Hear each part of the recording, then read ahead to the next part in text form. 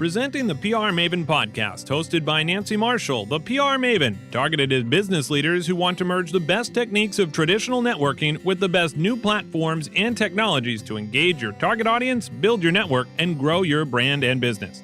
The podcast is sponsored by Marshall Communications, Maine-based, globally connected.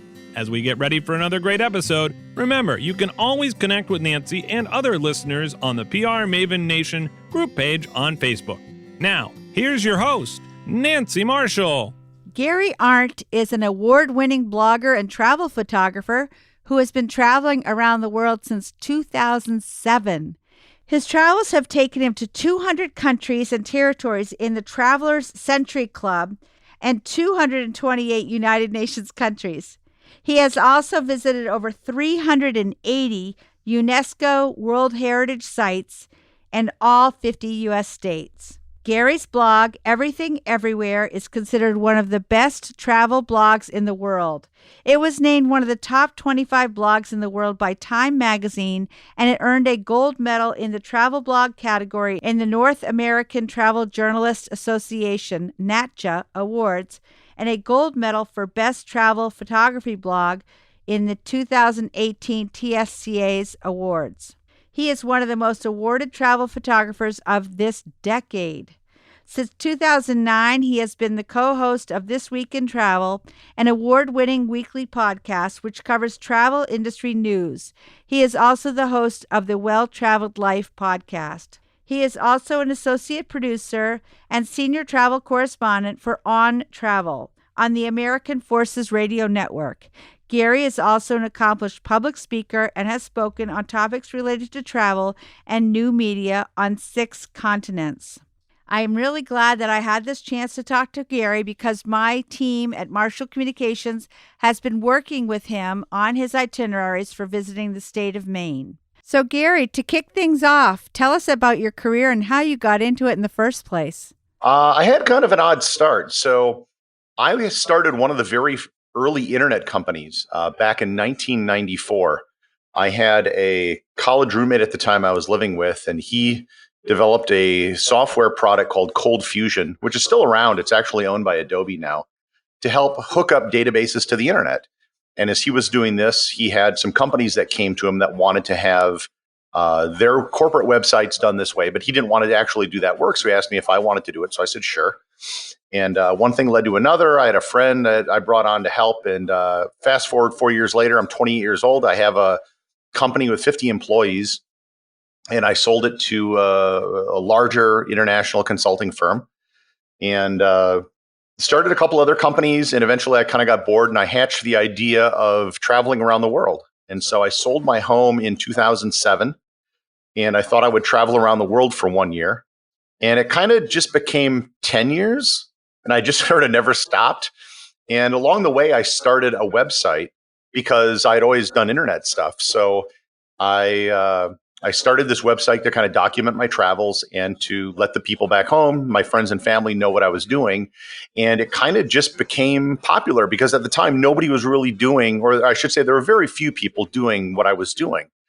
And I developed a following. People started following the website, and also helped that the first places I visited were really kind of obscure places in the Pacific Ocean, a lot of the island countries. And people were very curious about that. And then in 2010, Time magazine named it one of the top 25 blogs in the world, not travel blogs, just blogs in general. And things have just kind of gone from there. And I now have a pretty large online following, and it's what I do for a living. Well, good for you. You're definitely pursuing your passion. I admire you for that. That's awesome. If you had it to do over again, would you do anything differently, Gary? With the hindsight of knowing how everything kind of worked out, probably maybe I would have gotten on Instagram a little sooner. I would have probably developed an email list a bit earlier, things like that. Maybe put a bit more emphasis on SEO earlier on. But, for the most part, it's worked out pretty well. So you have an email list. Do you do an email newsletter? Yeah. And that's one of the reasons I actually stopped traveling full time is because I found it was really difficult to work while I was traveling. And So I have over 20,000 people that are on my email newsletter right now. And I send it out occasionally, but I'm in the middle of kind of revamping the whole thing. So it'll be a much more frequent affair and kind of provide a bit more, I don't know, cohesiveness to the whole thing. Well, it's funny you mention that because, as you know, I have a PR agency, Nancy Marshall Communications, that works with travel writers, and you're one of the travel writers we've been working with. And I think commonly people think it's just the life of Riley to be a travel writer. Like, you just travel around, but, you don't really have any quote unquote work to do. But actually, it's a ton of work. I mean, for every trip, you have to do your stories and documentation, and it's a lot of work, right? So that's what you're doing now when you come home. Oh, it's not just that. Because I have to be everything. So if you think of all the different hats people wear at a publication, you have a writer and an editor, but then you have someone that handles, say, their sales department for advertising. You have somebody that deals with circulation. You have somebody that deals with the layout and the publishing. So you have all these other people behind the scenes that are part of what's required for a print publication. And when you run a website, you kind of have to do everything. So it isn't just writing the stories. It's all the technical stuff, all the business stuff kind of needs to be done by you as well. Yeah, so you don't have a big staff or any staff for that matter. I have some part-time people, and they're kind of scattered all over the world. I have an editor that I just brought on board. She lives in Barcelona. I've had writers work for me from the Philippines. I've had technical people work from me in different parts of the United States. So I do, but it's not like a full-time staff that are working exclusively for me. Right. Yeah. Well, that's good. I mean, that's the way a lot of companies are operating these days, is virtually and using contract labor as needed. So I think it makes a lot of sense. So, Gary, can you give me an example of how PR and social media have helped to advance you personally, your organization, or a client? Well, for me, I mean, social media has been kind of the core of everything I've done. If it wasn't for social media, what I do just couldn't exist. It allows me to reach out and contact my readers, without any middleman, without any interference. And I was very early on board with this. So I was a really early user and exploiter of like Twitter and Facebook, podcasting, even my website. So it's something that is what I do simply isn't possible without it. Well, and you got on the bandwagon early, which was a good thing. It was, but there's a lot of newer people that have come on board, and they found a great deal of success by doing things differently than from what I'm doing it. If you go and look at my Instagram account, you will not find a single photo of myself. When I started, I was a travel photographer. I took pictures of the places I visited. And now if you look at a lot of people, every photo is of themselves, right? They're wearing a sundress or a floppy hat or wistfully holding a cup of coffee. And it's really become more about them than it is about the place they're visiting. But, they're finding a great deal of success in it. Are you referring to influencers, Gary? Oh, yeah. Flat out. Yeah. Well, they have mastered the art of the selfie, which is something that I have a 26-year-old son, and he criticizes every selfie I put online. He's like, Mom, you got to learn how to do selfies better. So I guess that's part of being an influencer is being good at selfies. Yeah, it's a really odd thing because, in the 12 years I've been traveling, and I've been to over 200 countries and territories, I don't think I've taken more than 10 photos of myself in 12 years. And it's never something I think about or have any desire to do. Well, maybe someday you'll do that, or you'll have a photographer following you around and documenting your travels. So, Gary, I know that PR, marketing, and certainly social media have changed drastically over the course of my own career. What techniques are you using now that you were not using when you started out? Everything. It's changed so much. When I started, my website was my social media. The type of things I was writing were kind of diary style entries. Oh, here's what I saw today. Here are my random thoughts about a place. Because there wasn't really, Facebook was still something that you needed an invitation to join. Twitter was still growing. Instagram, these things didn't exist. So that was my social media. And people would literally go to the website every day to read what you were doing. And that's not the case anymore. Now, if I write an article, I'll get more comments on Facebook than I will on my website about the article on my website. One of the things that I'm noticing is changing now is I think we've reached peak social media, which is not to say it's dead or dying necessarily, but I don't think it's going to get any bigger. And I think there's the startings of a big backlash against social media. And what I'm seeing is a lot of people are moving back to their website as the primary thing they're focusing on because it's the thing that they can control and they own. You could wake up one morning and Instagram could delete your account. And I've heard many stories of this happening where without any reason given, without any notice, you just lose everything you have. And by focusing on the things that you own, which are primarily going to be your website and email list, you don't run into that problem. Well, they do say that your email list is one of the most valuable assets that any marketing department could have because, as you said, you do own those assets. Oh, I agree. And, one of the funny things being on the other side of it from PR is that in 12 years of doing this, and I'd say maybe 9 or 8 years of working with PR firms, no one has ever asked me about my email list. They will want to know how many Instagram followers I have or, social media followers, or they'll ask how much traffic my website gets. But no one has ever asked me about my email list. And I did a session at the New York Times Travel Show this year and about, online media. And I said there are two really underexploited areas, especially in travel media, that no one is taking advantage of. And that is podcasting and email. And they sound boring and they've been around forever, but they work. And everyone is so fixated on the new shiny thing, which is, Instagram, because they can see the numbers publicly. And that's the reason I think podcasting and email don't get the same attention. It's not that they're not powerful. They're extremely powerful, but there's not a big gaudy number that's public that you can look at.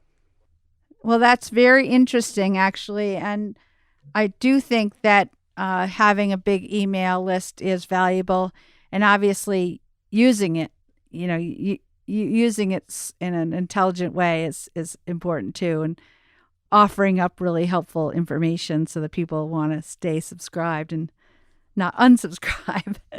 So is that what you try to do with your email newsletter, is offer helpful information for people traveling? Yeah. So one of the things that I'm going to be launching very soon is an autoresponder series. And it's going to be a pretty lengthy one that sort of, every few days you're going to get something that kind of summarizes part of my journey of the last 12 years. So I'm going to start by just explaining what prompted this desire to travel around the world, and then, kind of do a synopsis for different regions of the world that people may or may not be familiar with, as well as my quest to visit national parks, UNESCO World Heritage sites, travel photography, things like that. At the end of the day, I think, for travel, you do have to be useful. Armchair travel is interesting only to a point. And at the end of the day, people want information because they want to go somewhere. Oh, totally. I think that useful travel information and information that's served up in such a way that people can act on it is really helpful. I think it's interesting how times have changed, though. Like magazines like AAA, that in print, people rip stories out and file them in like file folders for future trips. Do you find that people save your email newsletters for future trips in some fashion so they can access it when they're going there? Usually, they may, if just archive it or something. I mean, with email, it's pretty trivial to do that. You just, hit archive. But a lot of times when people are doing research for a trip, they're just going to go to Google. And that is another area where I think for PR professionals, they need to look at where an article is probably going to rank, for what someone writes. And there's a huge, that's one of the other areas that things are changing as well. Bloggers, people who are independently owning their own websites, are publishing less, but better. So they're publishing fewer articles, but longer, more in-depth pieces that tend to rank better. Whereas if a website like Travel and Leisure or Condé Nast Traveler are still writing the 800 word pieces that they've been writing kind of forever. And what a lot of bloggers are finding is they can pretty much beat any big publication in terms of search results if they just put their mind to it. And it's really not that hard. And that's kind of what a lot of them are doing. Well, I do think that that's a part of a PR professional's job, is to be able to rank the authority ranking of any given travel writer so that, they can know whether or not they actually are influencing a targeted audience or not. So I think the fact that you keep producing content and you're engaging with your audience and that you have your own list, I think that's really valuable. Yeah, it really is. And I've always said, the true measure of influence is the number of people that will want to buy you a drink. Now, unfortunately, it's not a metric you can track, but that's the case. And you can have all the traffic in the world and all the numbers, but at the end of the day, if people aren't personally invested in you, I'm not entirely certain if they're going to truly be able to influence or motivate people to do anything. Yeah. I've never heard that as a measure of influence, but that's really a good one. I like that. So, Gary, what are some of the obstacles to success in your career, and how have you overcome those obstacles?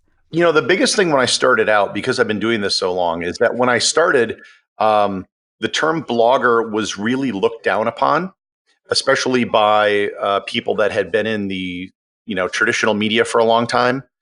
The norm, there was kind of a pecking order or a totem pole. Like you start out your career at a small newspaper, and then maybe you get a job at a bigger newspaper, and you keep working your way up. Maybe you'll work at a big city newspaper or a big magazine or something, and you get to be an editor, and that's kind of the top of the chain. And what I did, it's not that it was low on the totem pole. It wasn't even on the totem pole at all. And so it didn't really earn anyone's respect. And the way to overcome it was basically to just wait everyone out, as kind of a lot of the publications died. And now you fast forward to 2019, the highest, income earners in travel media right now are bloggers. Every time I go to another blogging event, I'm shocked at the number of people that are making full-time incomes. Whereas in like SATW, the vast majority of active freelancers are making less than $20,000 a year. And this is where all the money is. It's in owning, the farm, not being a sharecropper. You have to own your own publication and all the rights to it. That's a very interesting way to put it. I like that. So owning the farm rather than being a sharecropper. I don't mean to use it necessarily in a pejorative sense, but in a very real economic way, that is what freelancing is, right? Someone else owns the publication. They're making the majority of the money on it. And I've gone through this exercise at various conferences I've spoken at, where you look at the amount of money that a top tier magazine, a travel magazine like Travel and Leisure, National Geographic Traveler, pick the one, it doesn't matter. If you look at how much revenue they were making, and then you look at the amount of money that actually went to the writers and the photographers, it's usually less than 5%. Now, to be sure, there's a lot that goes into making a high-end print publication. There's shipping, there's printing, there's paper, there's a whole team of people that are involved in putting that out. But the actual stuff that makes up the publication is only a tiny fraction of where the money goes. Oh, yeah. And then the marketing of the publication, too. We didn't mention that. That's right. Expensive, isn't it? Yeah. And, a lot of people in the print business, were concerned. It's like, well, why would I give up? We're making all our money in print advertising. Why would I shift to digital? And they called it, going from dollars to dimes. And that was true. As it turns out, there's a lot less revenue to be made online. But the cost infrastructure is going from dollars to pennies. And you can, just as a general rule of thumb, you're going to spend about $1 to get a high-end glossy magazine to a reader. If you factor in the cost of printing, the cost of paper, and the cost of mailing. Whereas I can reach, so if you have a circulation of say 100,000 people, that's at least going to be $100,000 per month to get, a monthly publication out. Whereas a site like mine, I can reach 250,000 people for $150. And so that's, the internet was never about making money. It's about reducing cost. And the people that are being successful are the ones that are exploiting it by having a super low cost business. Well, and I think also the ability to update information and keep it relevant, and change and edit on the fly. Obviously, that's a lot better for travel than a print publication, which takes a long time to put out. And sometimes by the time the publication comes out, the information is outdated. Yeah, when I talk to a lot of people, especially freelancers that are moving over into online, I tell them you can't think of an article as, it used to be you wrote it, you submitted it to the editor, and then you were done, right? You'd send them an invoice, and then they published it, and you just forgot about it. They need to think of an article now as a living document. So you can go back months or years later, and as the situation changes, you can update that article. So it's never really done.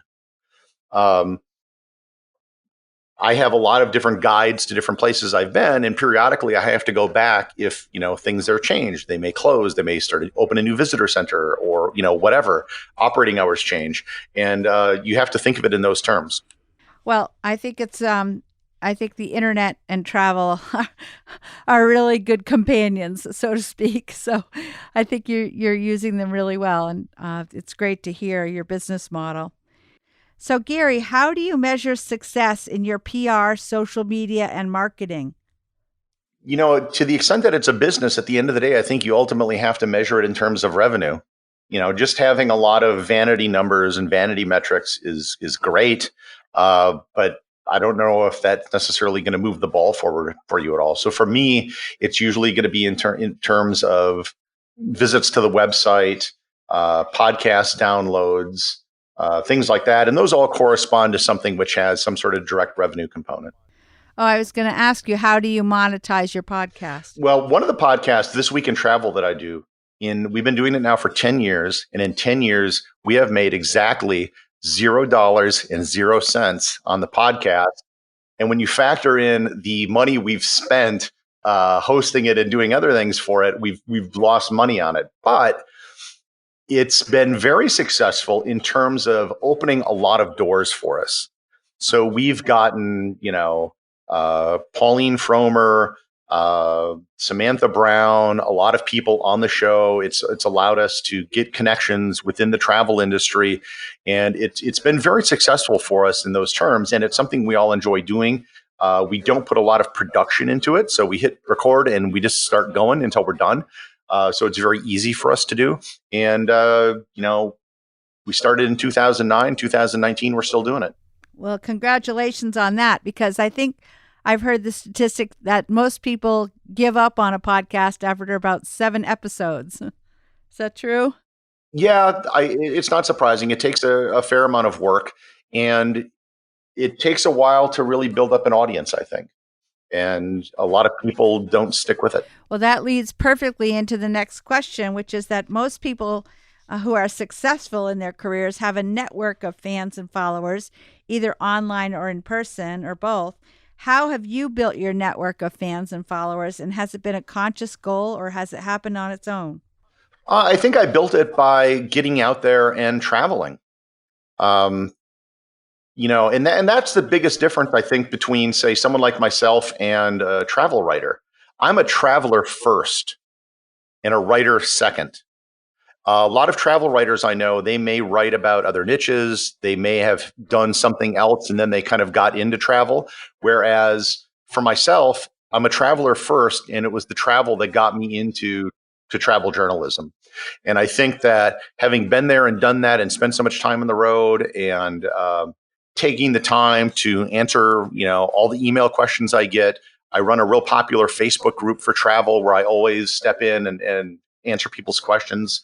That's kind of how you do it. And, it's kind of a cliche, but it really is sort of one person at a time. Sounds like you do have quite a network between your email list and your Facebook group and all of your other social platforms. So how has your network helped you to advance your career? Kind of like with social media, that's kind of the whole basis of what I do. Without the people that, follow me and support me, I don't really have much of anything. And a lot of these people, if I host a tour or something, I've had people that have signed up for multiple years to travel with me, taken photography courses from me, things like that. So it's a huge component of what I do. The whole thing about social media is people tend to focus on the media and they forget the social aspect of it. And that social aspect of really talking to people and helping them and answering their questions is extremely important. I do think that's a good reminder that the word social is in social media, and social means kind of interacting. It's not one-sided. It's a two-way street. Absolutely. So, Gary, in your line of work, what is a resource such as a book, a website, or an app that you have found helpful, and why? There isn't any. Things change so much in this business that I don't think you can rely on any just one thing. So what I do is I have about 100 websites in an RSS reader, and I follow those websites, and I spend about an hour every day in the morning just keeping abreast of things to understand what is happening in terms of SEO, in terms of social media. And a lot of people that I follow, they may not write frequently, but when they do, they have something really profound to say. And hopefully there's a nugget or two that you can get from that. And that's kind of how you have to stay abreast of things. It's not something that you can rely on one source. And I do think you really have to have your ear to the ground and pay attention to kind of what's happening with various trends on all the different platforms. I love the idea of starting the day by reading for an hour. I think that's really great. Do you do your email first, or do you wait until after you've done your reading before you do your email? I usually look at my email inbox to see if there's anything vital that occurred while I was sleeping. But other than that, I usually go to the RSS reader first. And a lot of the most efficient and successful people I know, RSS kind of fell out of popularity, but a lot of people I know still use that, and it's still the most efficient way to be able to follow a large number of websites. A lot of the websites I follow, I don't necessarily read everything they publish, but I certainly at least am able to look at the headline, and then maybe 10% of those every day, I'll drill down and actually read the article. And I also follow a lot of travel blogs for precisely that reason, because I want to know what everyone else is doing. I want to know what destinations they're covering, what kind of articles they're writing. And if you're a PR person in the travel industry, I think everybody should be doing that. I think you should get a list of the top 100 travel blogs, put them in an RSS reader, and just, see what they're publishing, even if it's only the headlines, to see what's kind of happening right now. That is the best way to kind of figure out what's happening in the industry. I have to confess, it's been a long time since I've heard anyone talk about RSS. What does that stand for again? Something syndication? Real simple syndication. Technically, I don't know if it actually means anything, but I think real simple syndication is what it was used for. And it's a technology that dates back about 20 years. And ever since Google killed off Google Reader, it kind of has lost popularity, but there's always been this core group that has always used it. And pretty much every website has an RSS feed you can subscribe to. So it's just such a powerful tool. And I know a lot of journalists use it as well for subscribe. If you need a lot of websites you have to follow, rather than relying on something like Facebook and some algorithmic feed, which may or may not show you something you need to see. Well, I think that's very good advice. So maybe that falls right into my next question, which is, what would be your one piece of advice for someone starting out in their career? For someone who wants to do what I do, the advice I always give is start your website today. Like, don't worry, don't try to make it perfect. A website is not a restaurant. You don't need to get everything perfect for your grand opening. You just need to have it up and running. You're going to change it anyhow. And then it's going to take time. Don't expect necessarily to be making a full-time income off this after a year. It may take several years, especially because it's gotten very crowded and very competitive. Yes, it certainly has. And you need, as you said, I think the one thing that you bring with you is your audience. And that is a competitive advantage to have a strong and engaged audience. Absolutely. And that takes time. You just don't get that overnight. It's true. It's absolutely true. Gary, what is the one parting thought you'd like to share with our audience today? I think there's been a lot of changes in travel media over the last 10 years. After the 2008 recession, we've seen a lot of cutbacks in terms of travel sections of newspapers. Travel magazines have either gone out of business or they have shrunk dramatically, cutting back in the number of issues, cutting the size of the issue down. And that's a trend that's going to keep increasing. At some point, I think most of the major print publications are just going to disappear. And what we're going to be left with is online. And I know there's a lot of cachet in having, an article in the, Travel and Leisure, the New York Times. It's something you can print out and put in a frame and put over, the introduction, the lobby of a hotel or something. But at the end of the day, I think things are really moving online, and the more you can orientate your business towards that, the better off you're going to be right now and going forward into the future. Well, yes, thank you for that good advice, Gary, because I know that Google does look at your longevity when they're evaluating your level of influence, right? They like to see that someone's been engaged for a long time. Yeah, I actually created, this might be of interest to some of your listeners, I created a list of the top 1,300 travel blogs in the world. And it's on my website, and I update it frequently. And so I rank them in terms of domain authority.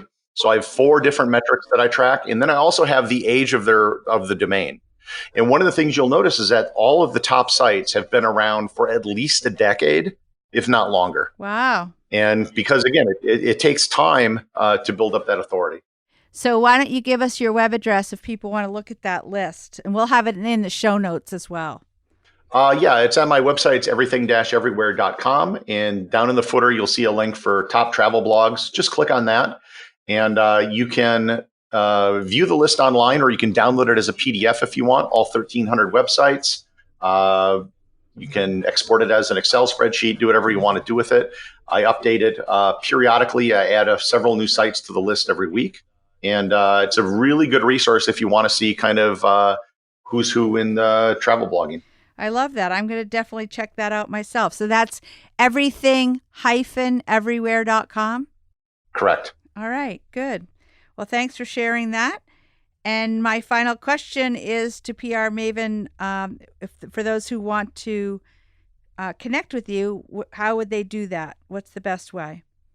Oh, just go to my website. I have an email address. You can contact me there. It's just Gary@everything-everywhere.com.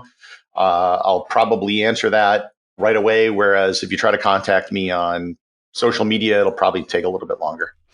And I should mention, because my PR agency works with the state of Maine, Gary has recently been traveling in Maine. So I assume you're going to have some information about Maine's national parks and monuments on the site soon.